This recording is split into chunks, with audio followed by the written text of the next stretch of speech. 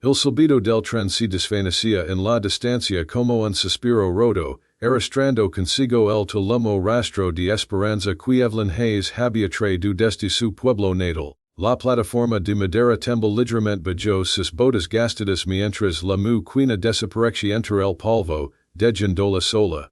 Sola en un lugar donde nadie la esperaba, sola con un futuro que había desmoronado antes de comenzar. A su lado, un balpequino casi ridículo para contener una vida entera reposaba inclinado. Dentro había dos vestidos remendados, una cinta que había pertenecido a su madre, un pequeño retrato descolorado y la carta que lo prometía todo. Ven a Willow Creek, estaré esperandot, tu futuro esposo, pero no estaba, nadie estaba. Evelyn apriet la hoja arrugada entre sus dedos.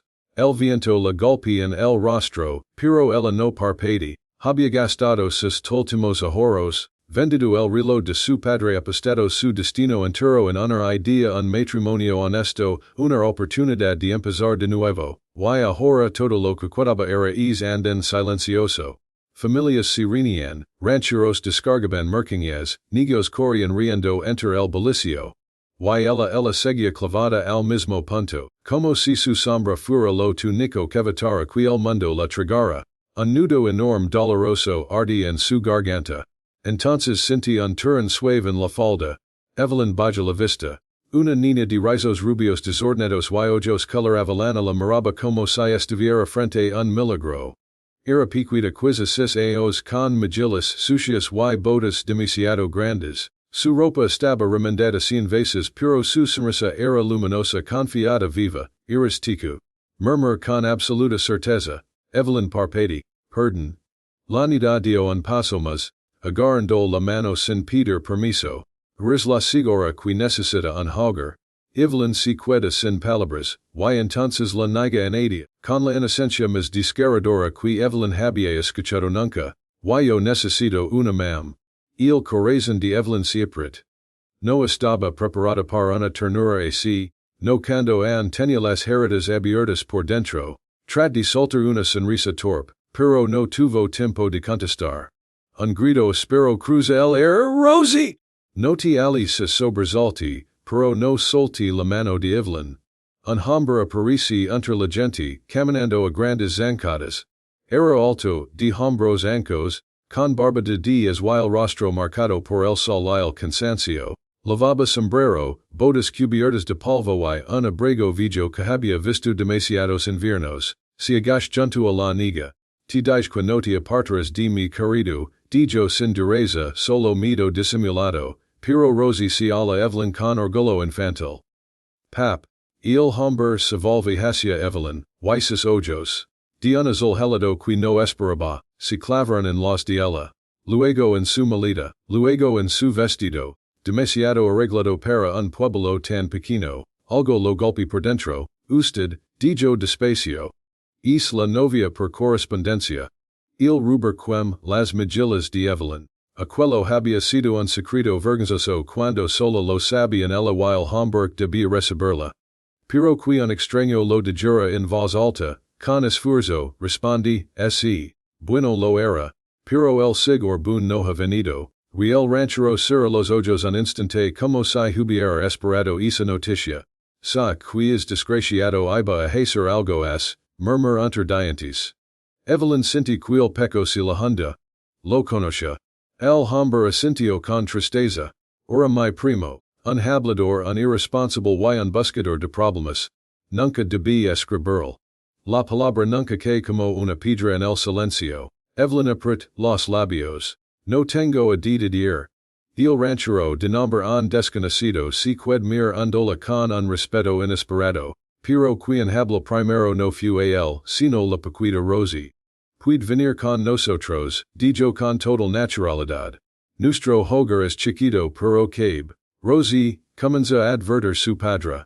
Cabe, insiste ella. El ranchero suspiró, derrotado luego quitó el sombrero con un gesto amable, casi torpe. Mi nombre es Caleb Turner. Si present. Y se necesita un lugar para pasar la noche. No ser mucho, pero tiene nuestra casa, Evelyn Duddy. No conoce a es hombre, no conoce a es pueblo, no conoce nada. Pero conocía la sensación de la mano slita de Rosie entre las soyas. Y conoce la mirada honesta, te mida humilde, de Caleb Turner, y sabla que cuidar sola en es andan seria pier, lo agradecería mucho dijo finalmente. Caleb tom su maleta como si fuera un deber sagrado, entonces vamos, a la carrera de Caleb era sencilla, tirada por dos caballos viejos pero leales. El camino hacia el rancho estaba flanqueado por praderas doradas que se extendían hasta donde alcanzaba la vista. Rosie hablaba sin parar. Sabes cocinar, te gustan los animals, te gustan los abrazos, te puedo enseñar mi herbal favorito, es grande mi grande. Evelyn sonría por primera vez en horas. Me gustan todas esas cosas, dijo suavemente. Caleb la escuchaba desde las rindas. No tiene cuadros, murmur. Solo una noche. Hasta que encuentre otro lugar. Evelyn la espalda encorvada del hombre, la forma en que aptaba las rindas como se evitara mirar atrás. Los es. Responde. Honest, gracious. El rancho Turner estaba en ruinas para cualquiera que lo viera por primera vez. La pintura de la casa estaba descascarada, el granero inclinado como si el viento fuera a levárselo, la cerca reparada con madera distinta en cada tramo. Pero algo lo hacha hermoso, los girasoles junto a la entrada, los dibujos pegados en la puerta, una manta tejida con cuidado sobre una mecedora vieja. Era un hogar que había sido amado y herido. Bienvenida, dijo Caleb casi con timidez.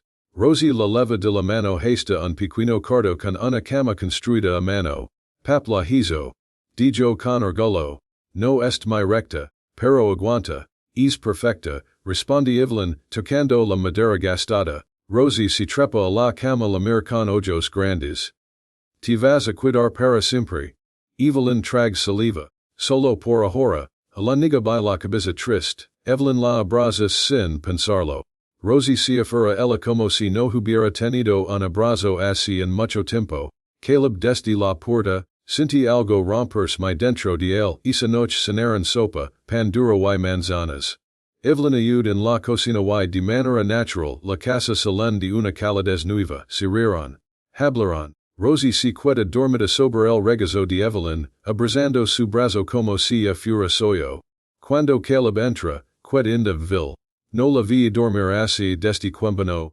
De Evelyn acaricia los rizos de la niña. No pasa nada. Todos necesitamos a alguien. Caleb la mira con un agradecimiento silencioso. Gracias, murmur. Poloc si quejizo. Evelyn sonríe con tristeza. No hice nada. Ella solo tiene un corazón muy grande. Caleb suspira. Igual que usted. Las palabras quedaron flotando. La noche avanza war por primera vez, Evelyn sentí que su vida podía cambiar. Que quizá el destino que se le escapa en la estación no era el destino que necesitaba.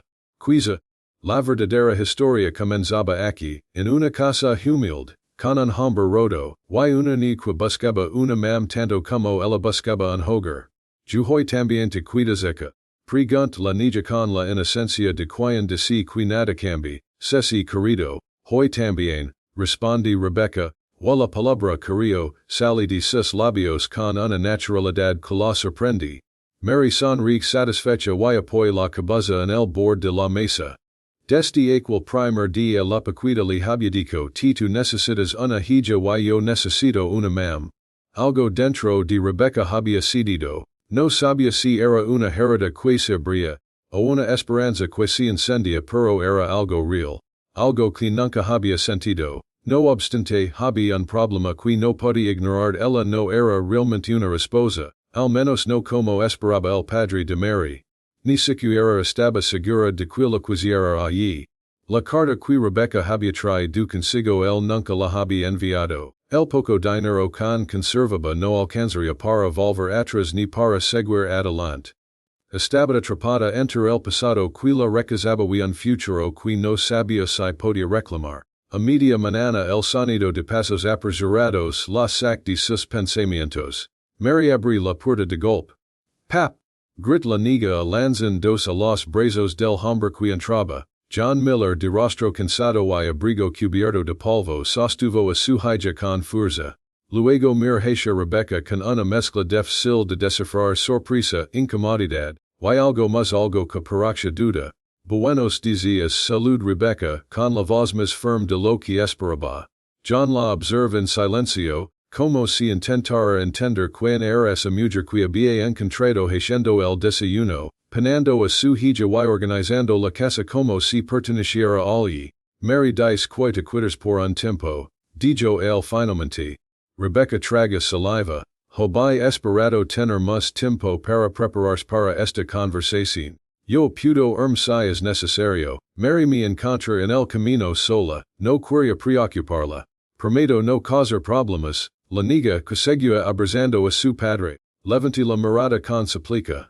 Pap ella no tiene de vivir, yo la necesito. Ella me le cuentos y me hace trenzas y me abraza cuando tengo frío. El hombre suspira, resignado, como si hubiera librado ya suficientes batallas en su vida para pelear otra vez. Seed alguna silla, si sientes y seed ora, hablamos, Rebecca obedece Mary se sente en su regazo. Como si temiera que de un instante otro la fueran a expulsar. Antes de que diga cualquier cosa. Cummins Rebecca. Quiero que sepa que no vine aquí con malas intenciones. Responde una carta, pensando que usted la había escrito. Pero cuando Mary me encontró comprendí que no fue así. John asentí, sin sorpresa. Macanada. Ya imaginaba que había sido cosa suya. Insisten que necesito una esposa. Yo no estoy tan convencido. Rebecca baja la mirada. Puedo trabajar. Puedo quitar a Mary mientras usted hace lo que necesita hacer. Solo necesito un lugar por unas semanas, mientras averiguo si mo continuar. La nida arque las sillas y cruz los brazos. Pap, ella es buena, no la de decir. John observa la escena con una expresión suave, como si vera su hija tan aferrada a aquella mujer le derritiera un poco la dureza de la mirada. Mary, via fuera un momento, necesito hablar con la señorita Rebecca. La nida obedecía lentamente, como quien teme que su ausencia pueda cambiarlo todo. Cuando la puerta se cerró, John se frotó las manos pensativo. Dígame algo Rebecca. La voz del hombre es baja. ¿Por qué estaba usted sola en ese camino? ¿Por qué dejaría su hogar para venir a un lugar tan duro como este? No sabía si cantarlo, no quería perder débil, pero tampoco quería empezar una mentira. Mi esposo muri hace 2 años, respondí ella con calma, aunque el nudo en su vientre volvía a apretarse.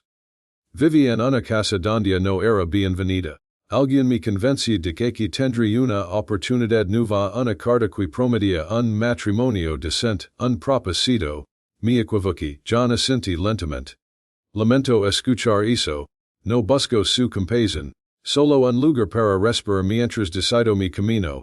El silencio se extendía un instante. Entonces, con voz firme pero sincera, el hombre dijo, puede cuidarse. No como esposa.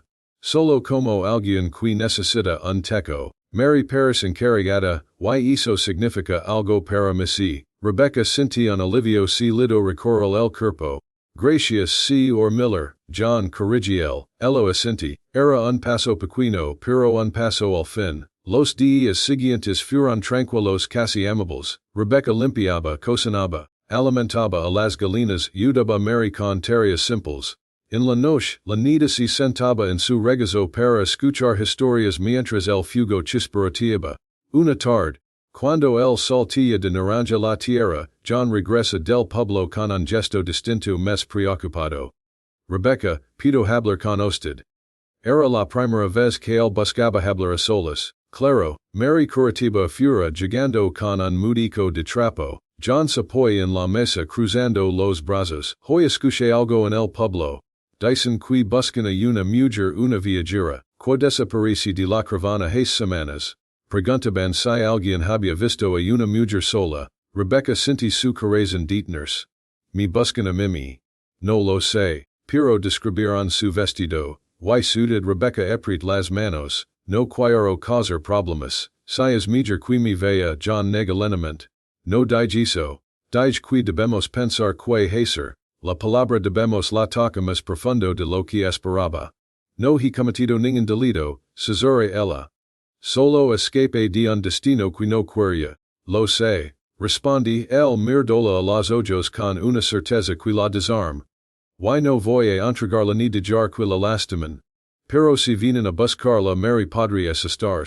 Usted podría ponerse en peligro. Rebecca respira hondo. No tenía familia, no tenía dinero, no tenía un futuro seguro, pero tenía algo que no esperaba encontrar nunca más, un hogar que la estaba aceptando, no quiero dijo finalmente con un temblor en la voz que no pudo esconder. No quiero, no después de haber encontrado esto, a Mary, a usted. Camin hacia la ventana, observando a su hija jugar. Cuando habla, su voz fue profunda sincera. Rebecca no sé qué cine usted. Yo no estoy listo para pensar en esposas. Ni en promesas. Pero sé algo deste coleg, Mary sería mis comedia. Duerm sin llorar. Yo también duermo un poco más tranquilo. Sus palabras la atrasaron. No le prometo amor. Continúa él. Pero si le prometo protección. Y un lugar mientras lo necesite. Rebecca sinti chi mosi la humidiki en los ojos. Entonces mi quedaré John Asinti, era un pacto silencioso, un acuerdo nacido del cansancio la esperanza y un entendimiento profundo ambos estaban solos rotos, buscando algo que apenas sabía nombrar. Esa noche, mientras Mary dormía abrazada a su moca y el viento golpeaba suavemente las paredes de la cabaña, Rebecca se quedó mirando el techo. Sintiendo una emoción lita que hace tiempo no sentía, no era amor todavía, no era seguridad completa, pero era el primer ladrillo de un hogar, y a veces un hogar empieza así, con una nida necesitada, una mujer perdida un hombre cansado, sin darse cuenta, comienzan a salvarse mutuamente.